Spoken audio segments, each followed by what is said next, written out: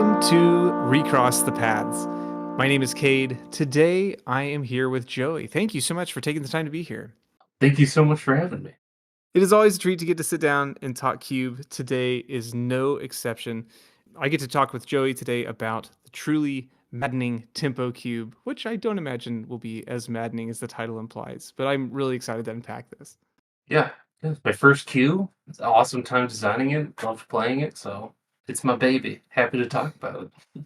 Well, excellent. Well, before we get too far into the cube itself, I like to ask as we get started, Joey, why cube? Yeah, I mean, my magic career started working at a Boy Scout camp. When I was going to go work there, someone said, "Hey, learn to play Magic because everyone plays it there." So okay, bought a deck and started, hobbling together with a fat pack and a starter deck, and got my butt kicked for a full summer. And then slowly learned from there. Was on and off for like 7 years.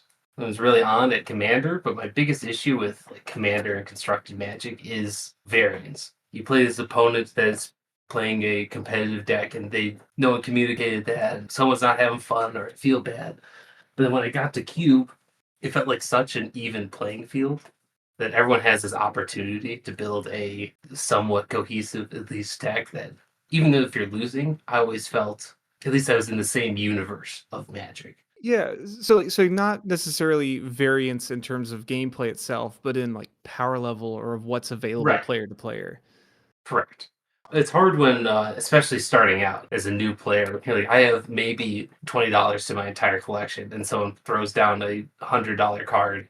You're like, oh, sure, whatever you say. Yeah, what am I supposed to do against that, right? Yeah, like I guess I lose. I don't know. Where, yeah, Cube especially, you find homes for so many of those weird jank cards a lot of the time, and it's just such a beautiful thing when it all comes together. So I'm a little curious about, you mentioned at your Boy Scout camp. Did you have any sort of heads up on that, or was like you arrived at the camp and they were like, "Hey, we're playing this game. Here's a deck. Figure it Uh, out." I did have a heads up, like maybe a couple months before, of some of the other people that were working there, and they're like, "Hey, get some cards, dude." And I learned how to play, sort of. So it's just like you figured out. Yeah. Yeah, they're like, "Yeah, just get something." I don't know. I'm like, "Okay." Figured I don't remember how I learned to play. I just kind of knew at some point. I don't know. I definitely remember people yelling at me that I was doing things wrong. Like, okay, my bad. So you survived the initial process of learning with your friends Yep, took my lumps. and then experiencing the run of Commander. So how did you engage with that, saying like not knowing what you're sitting down against is challenging? Right. I think what really helped with Commander and why I stuck with Commander for a long time was finding a group that I knew what everyone was playing, what everyone liked to play, and just kind of matching power levels was super helpful of what made me probably stick around Magic for as long as I did. Yeah, so it's the people that I'm playing with. That's one of the things I like about Cube. No matter how spiky or competitive someone is, you're all starting in the same environment. So even someone really competitive can be really competitive, but they're not automatically winning because they came with a stronger deck.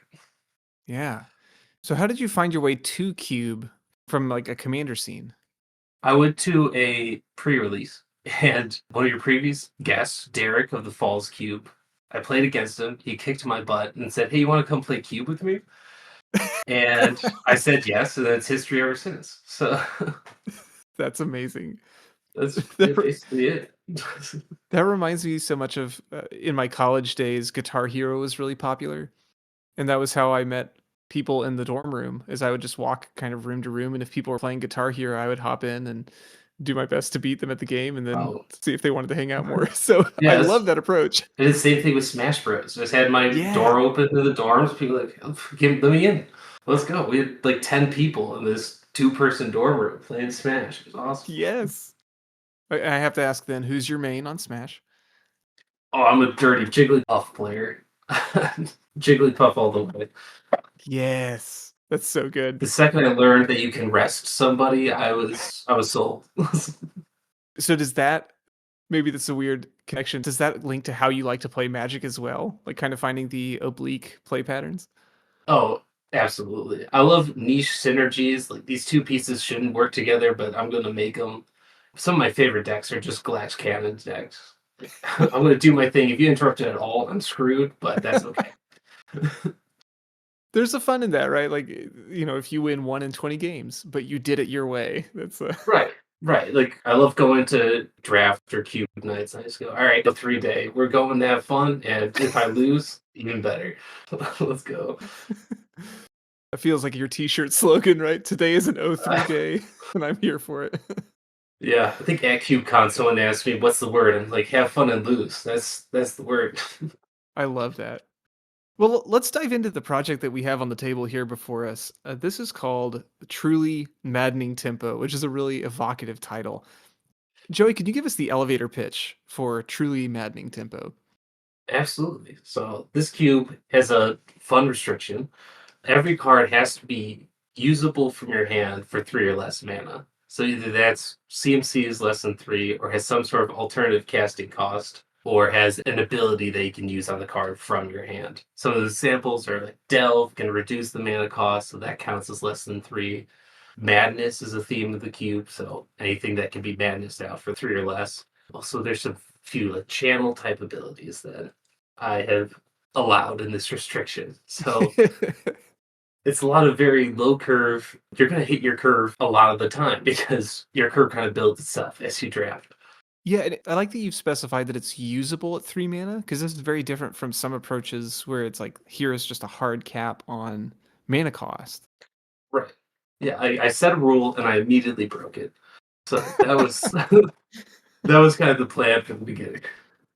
So why 3? In my head, 3 is always where I drew the line of like when you're setting out your mana curve after a draft. So 1, 2, and 3, and 4 and above is always kind of in a pile to the side. And it really, those first 3 turns always seem the most important to me. If you could do turn 1, 1 drop, turn 2, 2 drop, turn 3, 3 drop, you're in a pretty good place. That was also the line that some of the inspirations for this cube set as well, and I just really agreed with them, and it felt real nice, so I went with it. Yeah, what were some of the inspirations for this project? So the one that I played that really inspired me was the Atomic Cube. I played that at CubeCon 2024. Shout out to Greg. Absolutely. It was the last cube I played in the event, and I was feeling kind of down because my first cube event, I like 0-3 most of the drafts. I got in here and was just like, I don't really know what I'm doing. And I drafted blue black, which I, especially at the time, never did. Got this really cool control. My win con was Death Shadow, and just had an awesome Yes. time playing it. I'm like, this is sweet. This is awesome. And I kind of like, from that draft alone, I realized that I was way overvaluing bombs. And I'm like, well, if there is no bombs, you can't overvalue them. So that's pretty cool.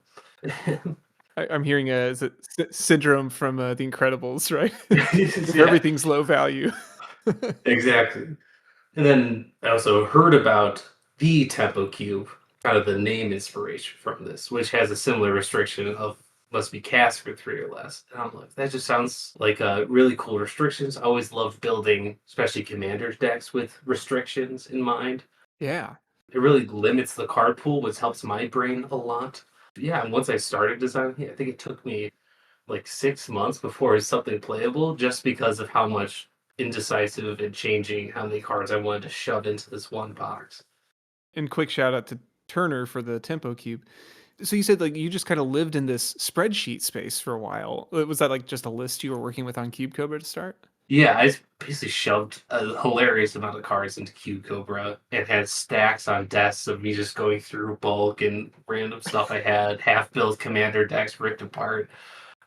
Like just getting way too many cards together, cutting it down to 360, and then adding another 150, taking out a bunch, adding more in, changing archetypes. It was a whirlwind and a blast, and I think I thought about Cube 12 hours out of every day for like 6 months. What was the tipping point for you to kind of complete the project, or when did it feel like it was ready for you? I think at one point I had a list of 360, and I went to my cube group. I'm like, yeah, I've got 360. I think it might be ready to go. And they're like, okay. And they were talking about archetypes, and one of the people in our group was like, yeah, I really like when archetypes like mix together well. And I looked at my list of archetypes and went, these can mix better, and like, rebuilt it again. And then after that time, could feel like the synergy flowing in itself. I don't know. It's such I got a good vibe, basically. Sure. And then I'm like, all right, good enough. You got to play it at some point. Well, then, as far as the branding here, you have it called Truly Maddening Tempo. Why maddening? So the name was kind of a last minute decision because I decided to submit this to KubeCon, and they're like, "What's the name of your cube?" And I went, "Oh crap, what is the name of my cube?" And it was like the day before submission was due, so I pondered on it for a day, and that's kind of what I came up with. Because I wanted this environment where tempo always felt present, but you never know what's going to shift it. I wanted this environment to feel like you can come back from nearly anything. Yeah. And so, like, just that quick shifts in tempo is kind of what inspired that idea. And at 3 mana value, or like that being kind of a benchmark, I imagine pretty much everything at that line starts to feel really impactful if that's kind of the top of the curve. Right. And you still want to have, well, at least I wanted to have power outliers in the queue. Not like insane ones, but what are the most powerful three and less cards that I can think of that I could put in here that follow my power level mindset? Because I didn't want infinite combos in the cube. I knew I didn't want to add power or anything to it. So kind of having that as a line of what power looks like, I could pick and choose which one of the most powerful cards in Magic I can add to it. And you certainly do have some powerful cards here. As you noted, you're Absolutely. not on the farthest of the upper end. Like I didn't see Fable the Mirror Breaker in here at the time of time of recording. Right. But you're still happy to put in your Bitter Blossoms and your Ozoliths. How do you think Yeah. about power level when you're working in this kind of space? I really had to think about that because I was originally 1 through 3. I was like, okay, I should probably have lower power levels so these standout low CMC cards aren't insane. But then as I looked at them, like these decks are just kind of boring to me. Mm. And I was like, there's some cards I really want to play, like Bristly Bill and the Ozolus and these counter sleeves. I'm like, this, I think this makes the decks I wanted to play cooler. I'm like, let's just try to pump up everything globally. And I felt like it was decently even. Basically, I started, and once we actually drafted it, it did feel pretty fair. There's only a few cards that someone was like, gross, take this out. And I think there's only been two that I've taken out because they're too good, which is Psychic Frog and Fire Covenant, Fire which Covenant. are both extremely powerful. Yeah, That is not one I would have conjured for that. But yeah, because you're able that's the one you get to pay life and deal that much damage. yeah, to any number of creatures, so it's can very easily become a one-sided board wipe. Oh yeah, Plague Wind for 3 is pretty dire. Right, and when you have lethal on board after that, who cares how much life you pay into it? So I'm gonna try an environment without it. And it felt better. And also when the first 6 drafts or so for the decks had Fire Covenant in it, I'm like, this might be a sign. I don't know. Yeah, even with small sample size, there are some trends that are too loud to ignore. Yeah, and when enough people tell you, it's like, maybe not. Just go, okay, let's try it without it. I wasn't that attached to the card. So. Does having everything kind of around this 3 mana spot, does that feel like you're playing faster games on average, or does it bog down a bit since everybody's playing on through the curve? Seen it go both ways so far. I've definitely seen some fast games, which are usually extremely interactive by one player that just can get bodies to the ground, get past blockers, and it can go pretty quick.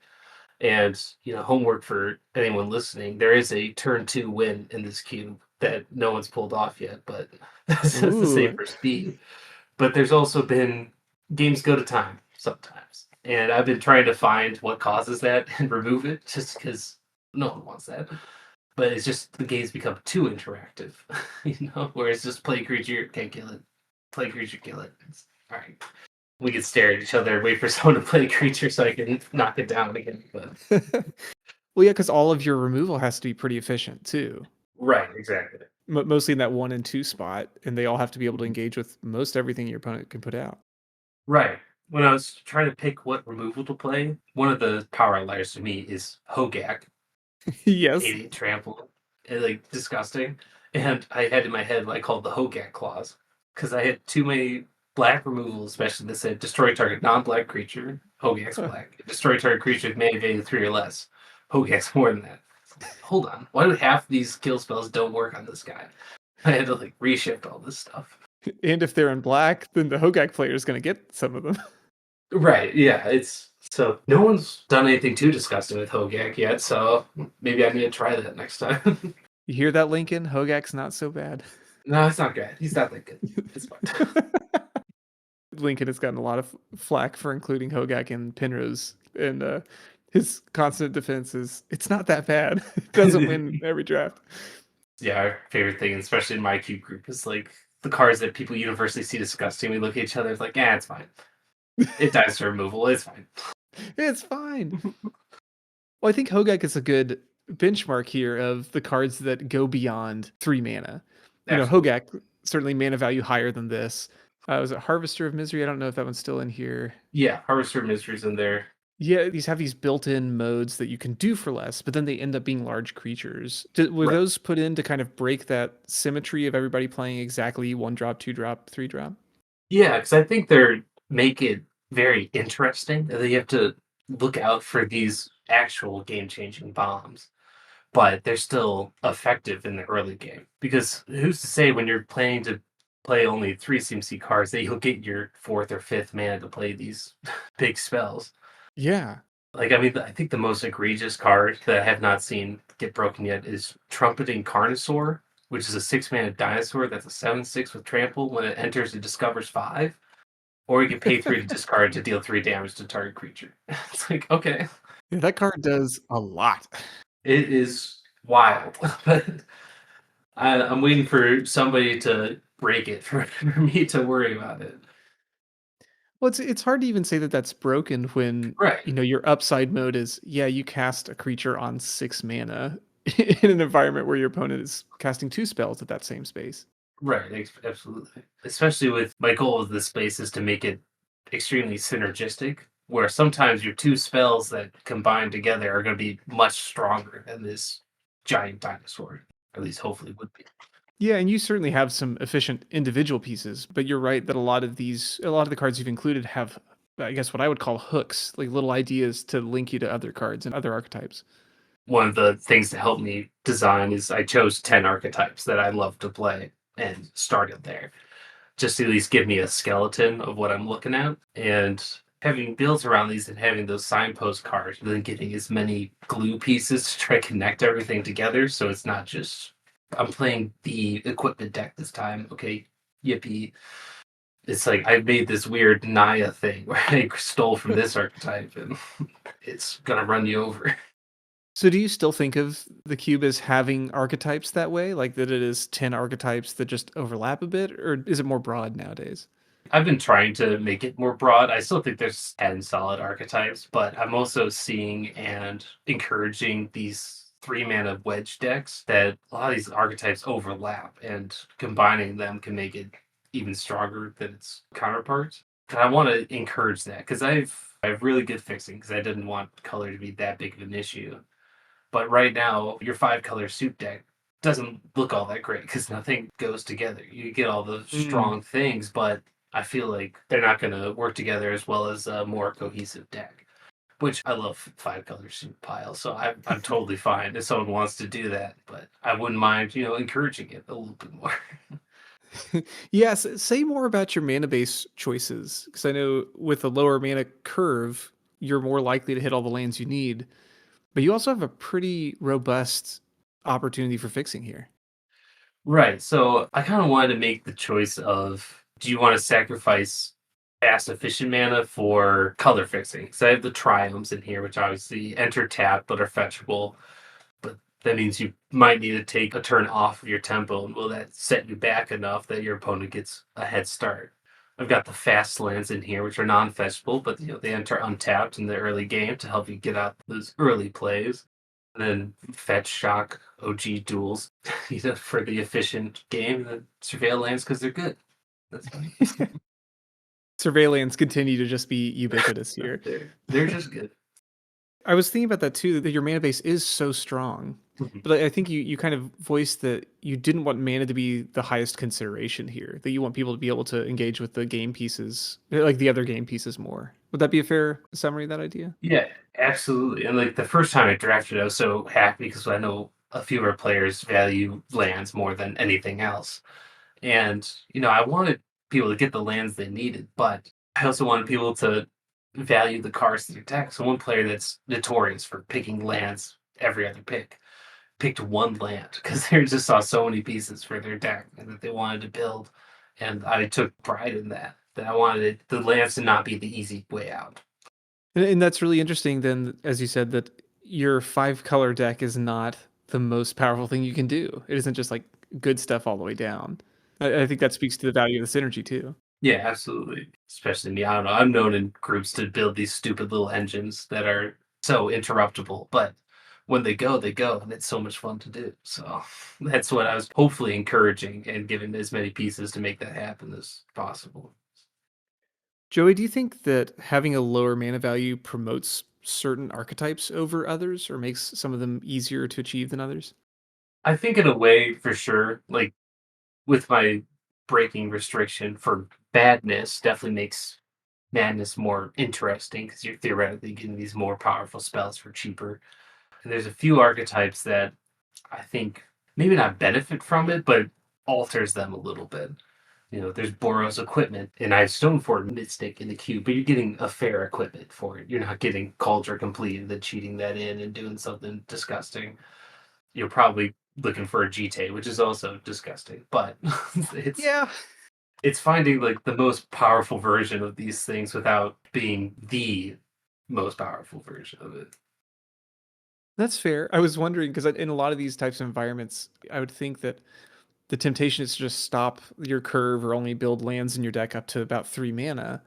But there's enough, it looks like there's enough to cast beyond that. Like, really, you can pay into some X spells or you can pay into some alternate costs that getting up to 4 or 5 or like 6 for Trumpeting Carnosaur probably isn't out of the Right. question.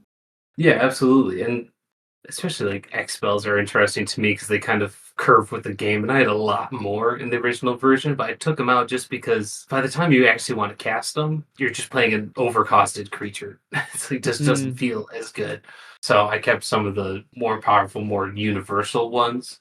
Like my favorite is Stone Coil Serpent, just an amazing colorless. yes. Anyone can play this, and it's just going to be good in pretty much any deck. But maybe the counters deck wants it more. It's hard to argue with the Stone Coil Serpent. It has a lot of text on it for X as a cast. Yes. I mean, honestly, playing a one mana Stone Coil isn't bad. So, Yeah. Like, it's not embarrassing, certainly. right.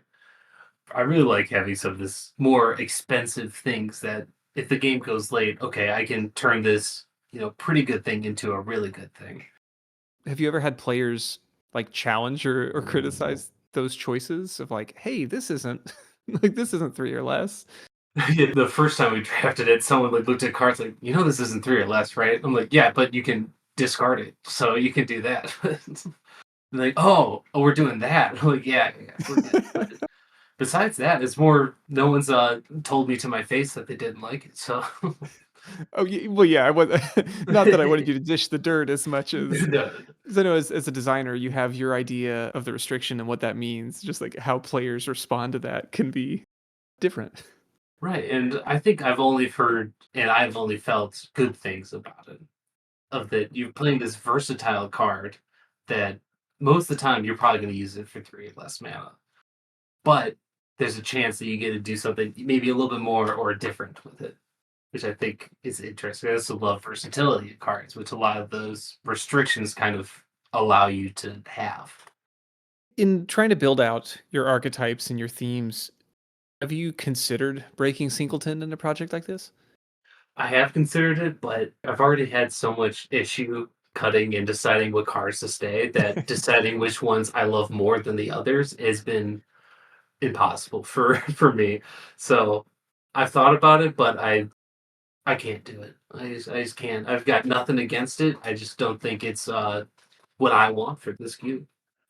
I have to say that that may be my favorite answer to that kind of question. Like, have you considered this mechanical idea? Yeah, I just can't. I just I can't do love it. too many cards too much. Yeah, like just an example that in games, a lot of the time, like I make a bad play and someone's like, "Oh, you want to take that bad?" Like, no, my brain won't let me. I can't do it. Must live in this moment. I had a great moment the last cube where it was a different cube. I discarded Harvester of Misery to give a Tarmogoyf -2/-2, but that made it big enough to survive. I went, wow. Oh yeah. I learned that that happens, and then I ate 4 life and snuffed it out in the same turn. So like, take your lumps and move on. That's right. We have to learn. Yeah, so now I'll always remember, hey, if you're discarding a card to get rid of Tarmogoyf, double check that your mask still works. Yeah, most people miss that with lightning bolt, but it's great that Harvester turns it on too. Yeah, I found an even more obscure way to do it. Have you found this cube easy or difficult to make changes to over time with a restriction like this? The first handful of changes were pretty easy because they were bigger changes, I guess if that makes sense. Like the first time we drafted it, I got a heavy sensation that red removal wasn't good enough. And that's because Mm. as I was building it, switching archetypes, I didn't switch my removal back to what it should be.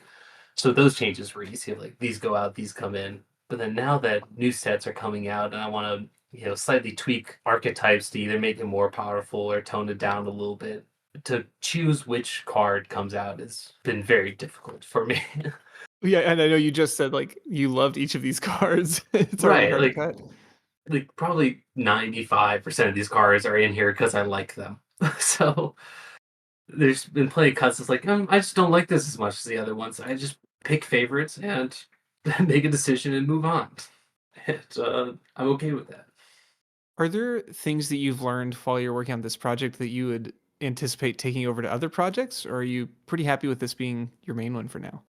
I have definitely come up with 3 or 4 other cube ideas, and well, I guess one I built out, but I don't even count it. But then there's plenty of other stuff I started building and just trying to be different from this one because I don't want this insane overlap of I have 2 cubes and half the cards are the same. Like that seems silly to me. So I know I've thought about making an artifact cube with the dumb idea of everyone starts with a Clockwork Librarian, but everyone also has an emblem that says Clockwork Librarian has affinity for artifacts. So what does that look like? Who knows? But I want to see it. So maybe you want to hold on to that cogwork now. Who knows? Someone has 8 cogworks at the end of the draft and just plays an insane amount of 3/3s for free. But yeah, it's definitely got my juices flowing and constantly thinking of new ideas. And it's been an awesome and terrible exercise for my brain. Right? Quite terrible. Catch myself at work zoning out, thinking about Cube for far too long. Like, oh crap, what's what's going on? I need to Well, not be thinking about this right now. if folks are listening to this program, then you're probably in their company. This is a safe space to admit that. Yeah, I mean, absolutely. I listen to yours and other Cube podcasts and every other podcast while working, and I don't think it's hurt too much. No one's complained that I've slowed down, but You know it's a real thing when you start typing in Scryfall syntax in your regular search bar. right. Uh, I mean, speaking of Scryfall, just shout out Scryfall and Cube Cobra for Absolutely. without them, I don't think Cube would be what it is today. So, Absolutely. Yeah, thank you to the folks at Scryfall. Shout out Gwen. Appreciate all your work on Cube Cobra. It's amazing. Joey, what do you think has been the most challenging part about maintaining the truly maddening tempo cube? what is the hardest part? Taking stuff out is honestly probably the hardest part. Because I don't know, everything felt so seamless. Once I've got that like core cube, I don't know, it felt so flexible to me that I can clearly see what needs to go in. Is sometimes what needs to come out was the difficult part, which is why the 360 cube went up to 450 pretty quickly. But I mean, that seems like a reasonable fix, right? I want to play more cards, right, I mean, so let's make it more cards. it's just my Q group randomly, for whatever reason, ends up with 10 people a lot of the time. So having a 450 cube has been helpful. So, Joey, you also got to showcase this cube at CubeCon this year, 2025. How was that to get to introduce this to a new group of players? I mean, it was amazing being able to put something that I put so much hard work into out into the wild and have cube enthusiasts draft it and seeing their pools and what people were able to come up with. And being able to talk to a handful of people that did draft it and getting their opinion and getting some on the play feedback that isn't just my core 10, 12 people was helpful and was a great time.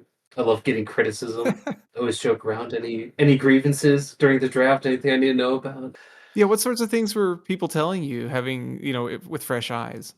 The main thing which we talked about was Fire Covenant's too good.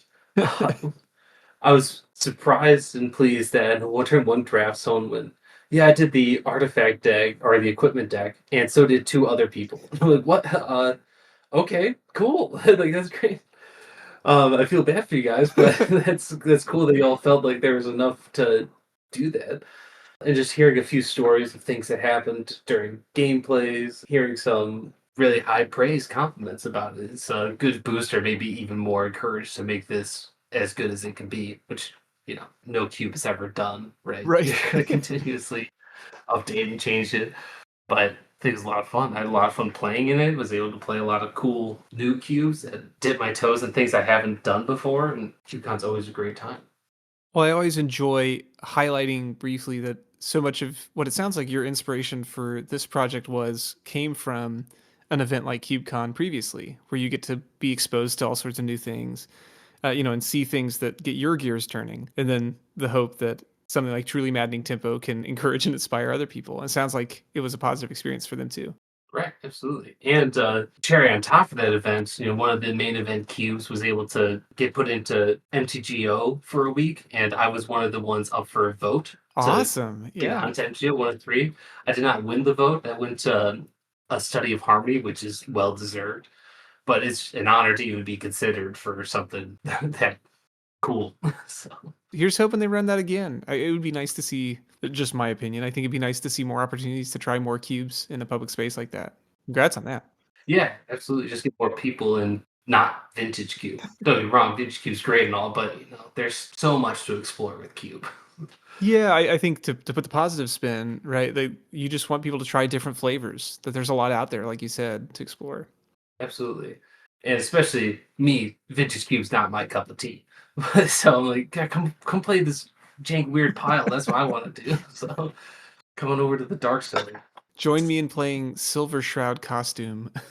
Absolutely. Yeah, I had the pleasure of playing Finmint's Emerge Cube, Circle of Life, while I was at CubeCon. And that was my first Desert Cube with this Emerge mechanic. Blew my mind. And it was so exciting. It's so much fun. And it's like, I'm trying to reevaluate cards and go, oh crap, I need this basic that I don't have yet. The joy of context shifts. Which is why I go there, is to melt my brain for a weekend and go home and ponder how that all went. Yeah, some people joke you're going and then you recover for a year, so you're ready to go for that trip. Right. I was ready to cube again. Man, if I could cube every day, I probably would. I'm disgusting. It's amazing. When I'm tired and don't want to play Magic, that's why I just vibe, pick cards, and do whatever. And I O3 and have a good time. So those are my reset days. There we are. Well, Joey, as you think about Truly Maddening Tempo and all the joy and challenge it's provided, what advice would you want to share from what you've learned with other designers as they consider their own projects? Yeah, it was very helpful for me is honestly finding inspiration from Cube I really enjoyed. And in this case, I took the restriction and then added all my favorite archetypes and started there. But I think finding a cube that you enjoyed and following a similar path. But what I would encourage you to do, which I think helped me, was not look at any of the cube lists that you're inspired by until you're done and happy with your set. Like go through cards that you like and put them in there, and then see what comes out. What I did when I was done, I went back and looked at some of those cubes and went, "Oh, that's a really good piece of removal, or that's a really good vegetable that I should have put in here."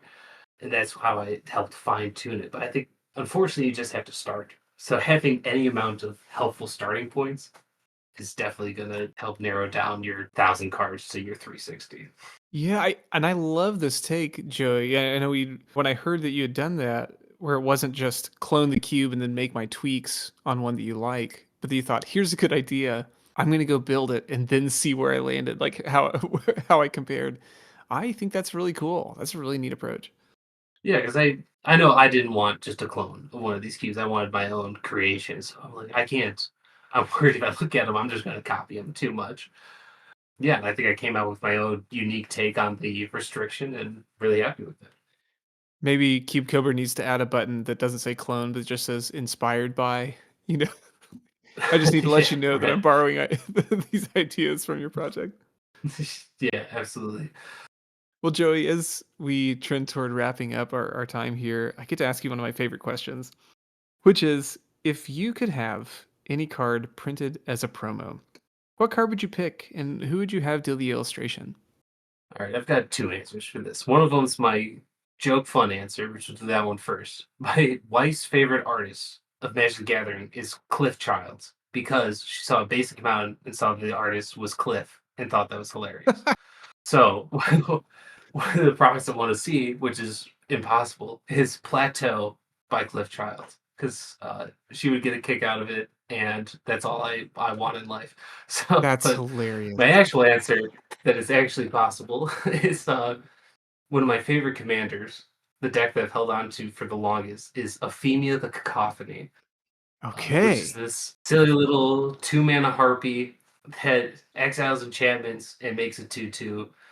And I love busting it out as my commander. People going, what are you doing with this?" And I'm like, "You'll find out." Um, and I do love the art of Ephemia, especially if you look at it. The wings of the harpy have that astral enchantment finish to it. It goes with the board card. That's right. The Nyx Starscape. But the rest of it is kind of this weird blank wasteland behind the harpy. So I'd love to see Elena Danner's take on it. She Oh, does some yeah. amazing, really cute and eerie background, especially landscapes.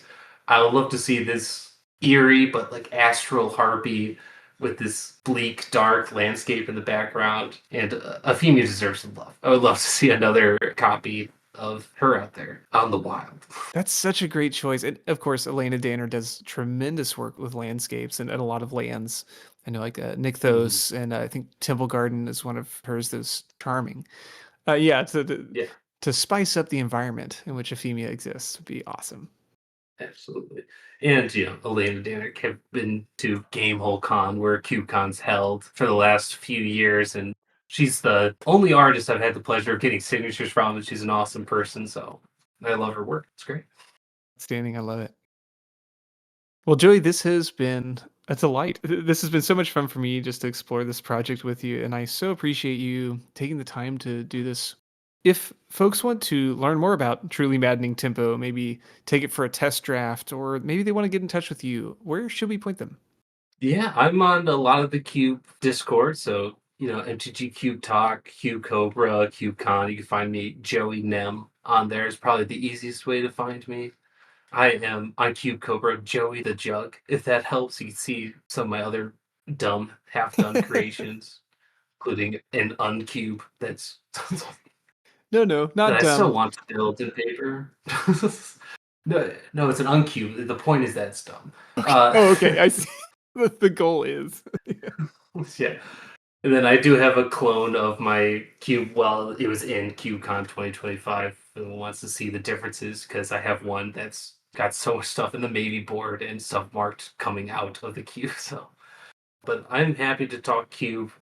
I'm grateful that you've taken the time to talk to me. This is, I mean, honestly, it's been a treat, and this is such a cool project, and I hope it encourages other people to pursue something similar. Yeah, absolutely. Someone doing this for the first time, it was an amazing adventure. So I encourage anybody, if you have at all interest in cube, is to try to build your own. It's not easy, but it's a heck of a lot of fun. It's worth it. Absolutely. Well, Joey, thank you so much. Hope we get more opportunities to connect here in the future. Yeah, absolutely.